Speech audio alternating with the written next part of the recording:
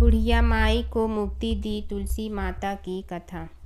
कार्तिक महीने में एक बुढ़िया माई तुलसी जी को सींचती और कहती कि हे तुलसी माता, सत की दाता, मैं तेरा बिडला सींचती हूँ, मुझे बहू दे, पीताम्बर की धोती दे, मीठा मीठा घास दे, बैकुंठा में वास दे, चटक की चाल दे, पटक की मोत दे, चंदन का काठ दे, रानी सा राज दे, दाल भात का भोजन दे, 11 की मौत दे, कृष्ण जी का कंधा दे।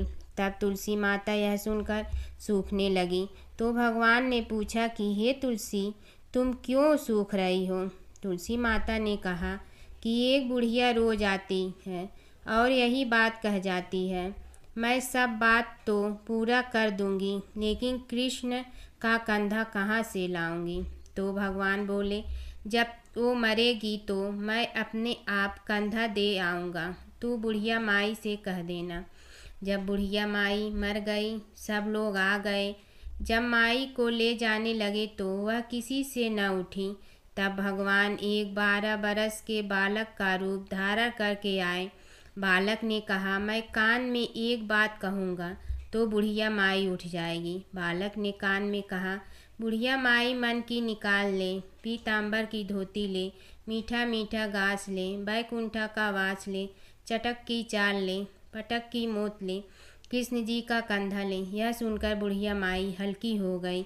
भगवान ने कंधा दिया और बुढ़िया माई को मुक्ति मिल गई।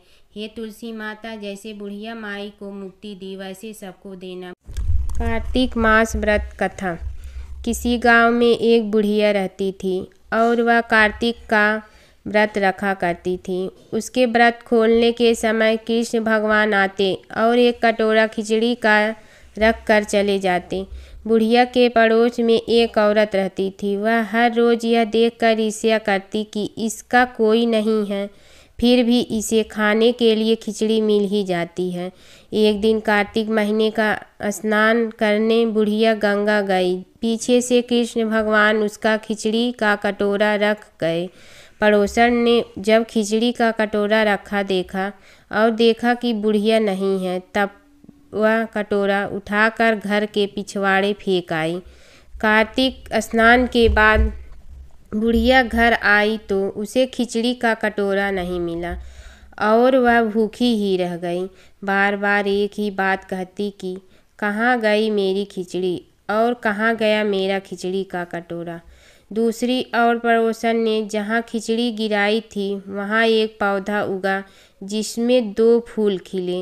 एक बार राजा उस ओर से निकला तो उसकी नज़र उन दोनों फूलों पर पड़ी और वह उन्हें तोड़कर घर ले आया। घर आने पर उसने वह फूल रानी को दिए, जिन्हें सूंघने पर रानी गर्भवती हो गई।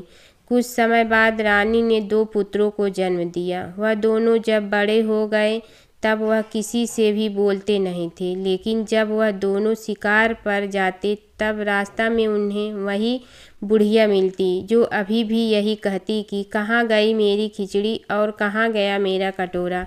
बुढ़िया की बात सुनकर वह दोनों कहते कि हम हैं तेरी खिचड़ी और हम हैं तेरा बेला। हर बार जब भी वह शिकार पर जाते तो बुढ़िया यही बात कहती और वह दोनों वही उत्तर देते। एक बार राजा के कानों में यह बात पड़ गई। उसे आश्चर्य हुआ कि दोनों लड़के किसी से नहीं बोलते, तब यह बुढ़िया से कैसे बात करते हैं। राजा ने बुढ़िया को राजमहल बुलवाया और कहा कि हम तो किसी से यह दोनों बोलते नहीं हैं, तुमसे यह कैसे बोलते हैं? बुढ़िया ने कहा कि महाराज, मुझे नहीं पता कि यह कैसे मुझसे बोल लेते हैं। मैं तो कार्तिक का व्रत करती थी और कृष्ण भगवान मुझे खिचड़ी का बेला भर कर दे जाते थे। एक दिन मैं स्नान करके वापस आई तो मुझे वह खिचड़ी नहीं मिली।